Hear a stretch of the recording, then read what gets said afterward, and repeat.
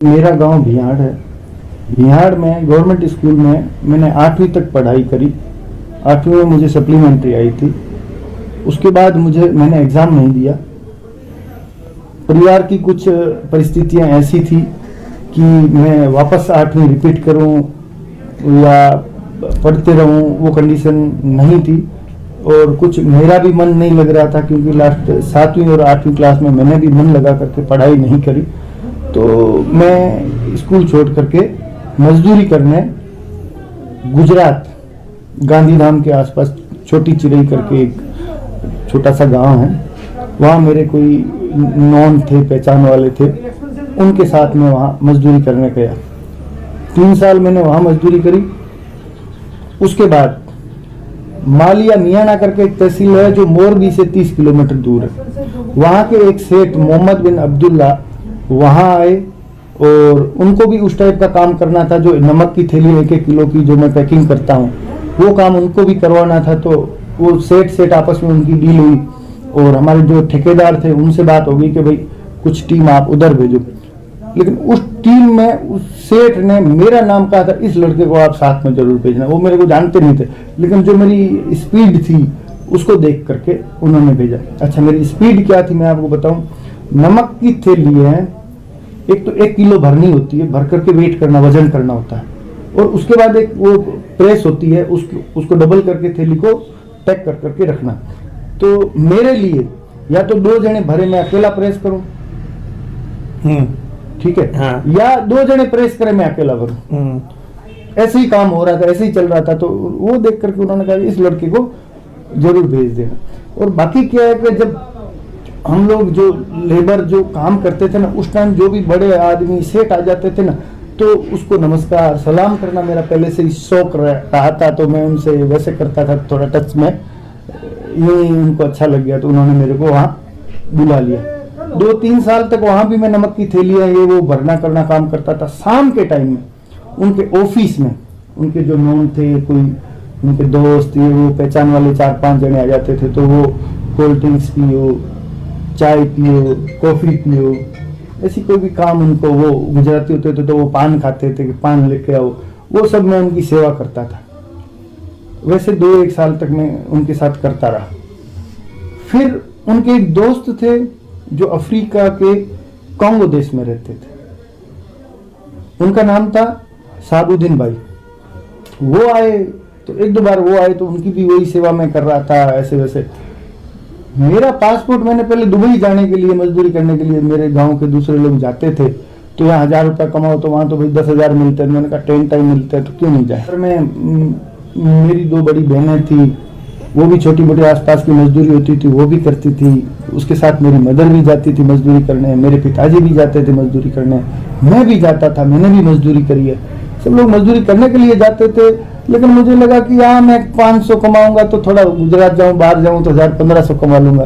वो कर करके मैं फिर बाहर गया कमाने के लिए, और दूसरे परिवार वाले यहाँ मजदूरी करते थे। वो करके मैं इसके लिए मैं बाहर गया। फिर वहाँ उनसे मैंने काम किया। 1-2 बार मेरे को उन्होंने कहीं दूर जगह पर पैसे लेने के लिए भी भेजा। मन में कभी शंका विचार पैदा हो जाते थे, क्यों ना ये लेकर के घर चले जाओ। बच्चे होते हैं तब होती है, लेकिन घर में पिताजी की डांट, चोरी करके आया तो मारूंगा, गलत काम करके आया तो मारूंगा। 1-2 बार स्कूल में मैंने किसी की छोटी मोटी कुछ कर ली थी तो पिताजी साथ में लेके आए और मास्टर जी से वो पिटाई करवाई। तो डर होता था कि घर में तो कुछ ऐसा काम नहीं कर सकता। तो मैं वन वे ही चल सकता था सही काम के लिए, गलत मेरे लिए अलाउ नहीं था। तो मैं सही रास्ते ही चलता गया।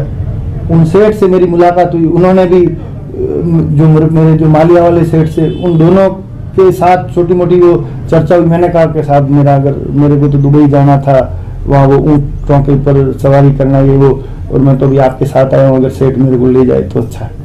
तब मेरे सेठ ने, मोहम्मद भाई जिनका नाम था, उन्होंने साबुद्दीन भाई से बात करी कि भाई ये लड़का अच्छा है, ये है वो है, मेरे पास 3 साल से काम कर रहा है, इसकी करोड़ों की गारंटी तो मैं लूंगा, आप अगर इसको ले जाओ तो।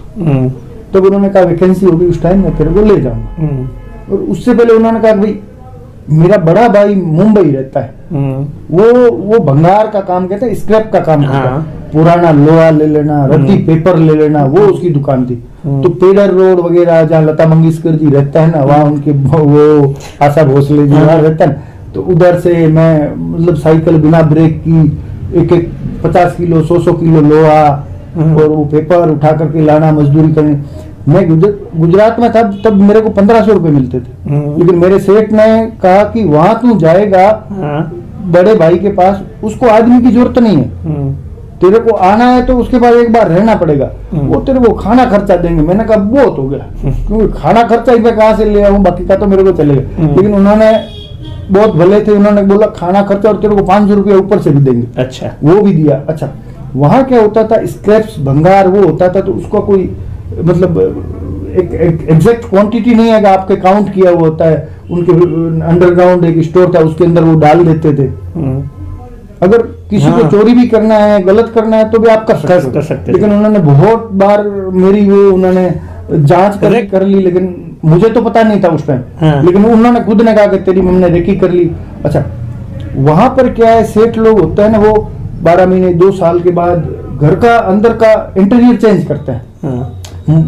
मुंबई में बड़े बड़े लोग रहते हैं, तो इंटीरियर चेंज कर पीतल का, स्टील का, या जो भी नल है पीतल का, उसको चेंज करेंगे।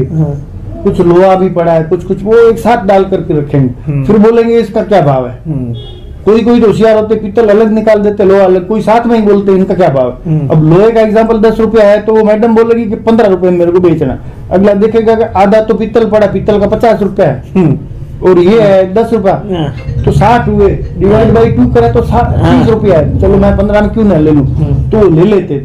लेकिन अब कभी कभी वो ट्राई करने के लिए जो मैडम थी उसको बोल के आते थे कि ये पीतल कितना, ये कितना है, वो कैसे खरीदता है। अब कहीं कहीं तो अलग अलग दिया, तो मैंने सेठ को ला करके अलग अलग बता दिया।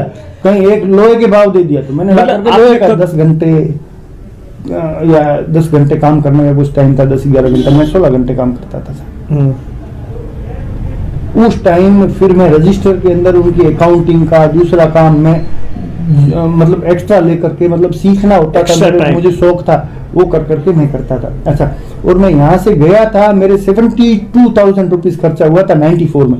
वो मैं 12 या 15 जनों से ब्याज से पैसे लेके गया था। कुछ मेरे अंकल जी है, जो पटवारी जी है, अभी नायब तहसीलदार से रिटायरमेंट हुए, कुछ वो कहीं से उनके पहचान वालों से ब्याज से लेके आए, कुछ मेरे पिताजी ब्याज से लेके आए। वो लेकर के उससे मैंने टिकट खरीदा और उसके बाद मैं वहां गया। राष्ट्रीय भाषा लिंगाला, और इंटरनेशनल लैंग्वेज जैसे यहाँ इंग्लिश है, वहाँ फ्रेंच चलती है, तो वहाँ लिंगाला ज्यादा चलती है। तो पहले जाकर के आपको लिंगाला सीखनी होती है। बच्चे 6 महीने लगाते हैं, पूरी दुकान संभाले, जवाबदारी रेस्पॉन्सिबिलिटी का काम वो करे, तो उनको 6 महीने, ज्यादातर को 1 साल लग जाता है। मैंने 45 दिन में मेरी जवाबदारी संभाल ली थी। 45 दिन में मेरे साथ के सेठ के साथ मैंने वेयर हाउस संभालना शुरू किया। 6 महीने मैंने वेयर हाउस संभाला। उसके बाद मैं दुकान में गया। दुकान में तब मेरे सेठ की 3 दुकानें थी। एक दुकान पर उसका मासी का बेटा भाई, एक दुकान पर उसका सगा भाई, और एक दुकान पर उसका एक पार्टनर है, उसका सगा भाई। फिर उन्होंने चौथी दुकान करी, उस पर मेरे को बिठाया। अच्छा, तू सीख गया तो वेयर हाउस में किसी और को बिठा देंगे, तू धंधा कर भाई, क्यों नहीं करेगा। 2 दुकान की सेल और मेरी दुकान एक अकेली की सेल उनसे 10% ज्यादा होती थी। ओह, जितने टाइम मेरा रिकॉर्ड है। 2005 में मैंने मेरा खुद का बिजनेस शुरू किया। अच्छा, 2001 में मेरी वाइफ, मेरी छोटी बच्ची और मेरा भाई वो वहाँ आए। मेरा छोटा भाई टिक्कू सिंह, उसको भी मैंने वहाँ बुलाया। वो वहाँ आए तो 1 आधा साल उसने मेरे सेठ के पास काम किया, और उसके बाद फिर मैंने सेठ को कहा कि भाई काफ़ी साल हो गए, 7-8 साल, अभी मैं खुद का सोच रहा हूँ, तो मुझे फ्री करिए। तो उन्होंने कहा कि तेरे को क्या चाहिए, सैलरी वैलरी मेरी जो भी थी वो एडजस्ट करी और हम रह गए। उन्होंने कहा कि ऐसा कर, तू छोटा मोटा काम, एक छोटी बुटीक खोल दे और उसके अंदर तेरे भाई को रख देते हैं। और उन्होंने तब मेरे को $10,000 एडवांस दिए, कैश में दिए।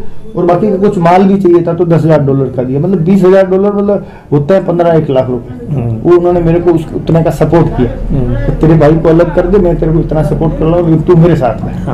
वो आपको छोड़ना नहीं चाहता। हाँ, मैं उनके साथ रहा और मेरे भाई ने वो बुटीक करते करते करते करते उसके अंदर उस टाइम प्रॉफिट अच्छी थी, कंपटीशन दिनों दिन बढ़ता जाता, नहीं भी है, तो धीरे धीरे धीरे धीरे उसके अंदर से थोड़ा ग्रोथ हुआ।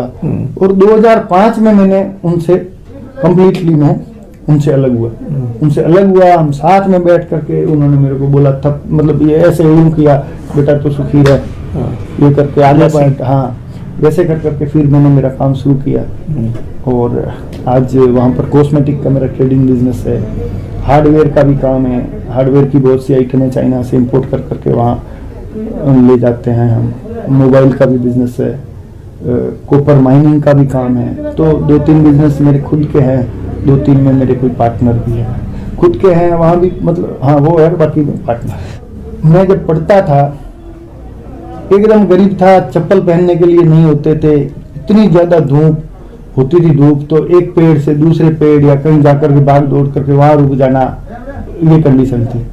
कपड़े पहनने के लिए भी बहुत कम, ड्रेस मतलब मैंने कोई एक आधी बार कहीं कोई सिलाई होगी तो 2 साल 3 साल में, बाकी नहीं होता था। तब मेरा एक दोस्त गोरखाराम करके गर्ग, आज भी है, उसकी दुकान है बिहार में है, वो मेरा दोस्त था। तो उसके 2-3 बड़े भाई वो सिलाई का काम बीकानेर में इधर उधर कहीं करते थे। वो हर साल या दिवाली नहीं, 15 अगस्त को या फिर 26 जनवरी को उसके लिए नई ड्रेसें लेके आते। तो उसकी जो पुरानी ड्रेसें होती थी उससे मैं मांग करके ले लेता था। फिर वो लोटे के अंदर कोयला डाल करके कभी प्रेस करो। एक बार वो जो कोयले वाली प्रेस उससे लेके गया था तो आते समय गिर गई, टूट गई, चुपके से नीचे रख दी। दूसरे दिन मैंने कहा भाई मेरे से तो टूट गई। वो मेरे को ड्रेसें कपड़े देता था तो वो पहन करके फिर वो परेड में खड़े हो जाओ, ऐसे ऐसे। दुबला पतला होने से मतलब ये ज्यादा फैटी हो जाने में वो चर्बी होती है, उससे आदमी को आलस आता है। जितना पतला है उसमें स्फूर्ति ज्यादा रहती है। पढ़ाई तो मैंने ज्यादा करी नहीं, लेकिन मैंने बहुत अच्छे अच्छे लोगों के साथ रहा हूँ, उनके साथ मैंने टाइम बिताया, चाहे उनकी सेवा करी हो, कुछ भी करा हो, कि मैं सीखूं उनसे। तो बहुत से लोगों के साथ मैंने देखा है, मेरे सेठ थे और भी कोई वहां पर सेठ हैं, दूसरे भी हैं। तो काफी लोगों से मैंने देखा है वो क्या करते हैं, अपनी जो प्रॉफिट होती है उसके कोई तो 11% एकदम साइड में निकाल देते हैं, कोई 2-5%, कुछ परसेंटेज, कुछ अमाउंट एक ऐसा वो कहते हैं कि निकाल करके एक साइड में रख देना चाहिए। और वो आप ऐसी जगह लगाओ जहां उस पैसे की सख्त जरूरत हो और आपका वहां कोई मतलब नहीं हो। दो आप कोई भी लैंग्वेज वाला यहाँ मेरे को ला करके बिठा दो, मेरा काम बिजनेस होगा, मेरा धंधा होगा, मुझे फायदा होगा, मैं सब कुछ सीख लूंगा, उसी टाइम सीख लूंगा।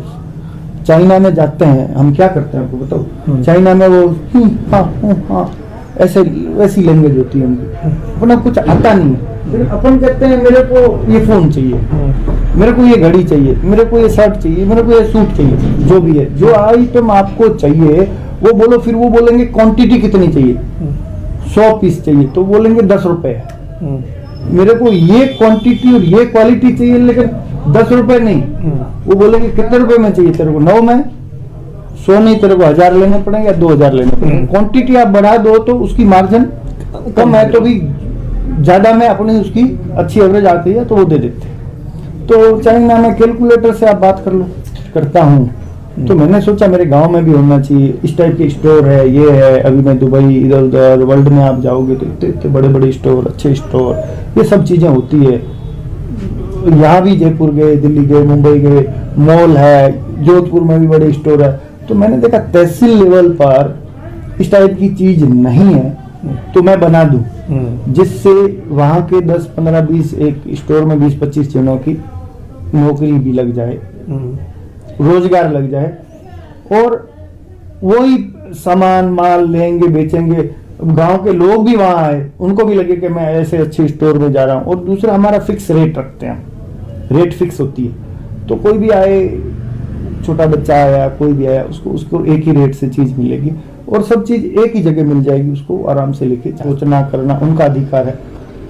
मेरे को बिल्कुल सरपंच, हमारे को, हमारे परिवार में पॉलिटिक्स में कोई है ही नहीं, और नहीं तो आने का कोई मन था।